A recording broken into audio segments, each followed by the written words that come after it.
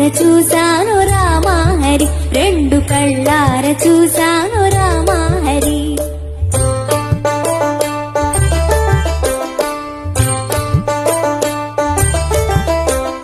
కైలాసమెళితేను రామహరి, నంది తన్ని పంపించాడు రామహరి, బాగా తన్ని పంపించాడు రామహరి.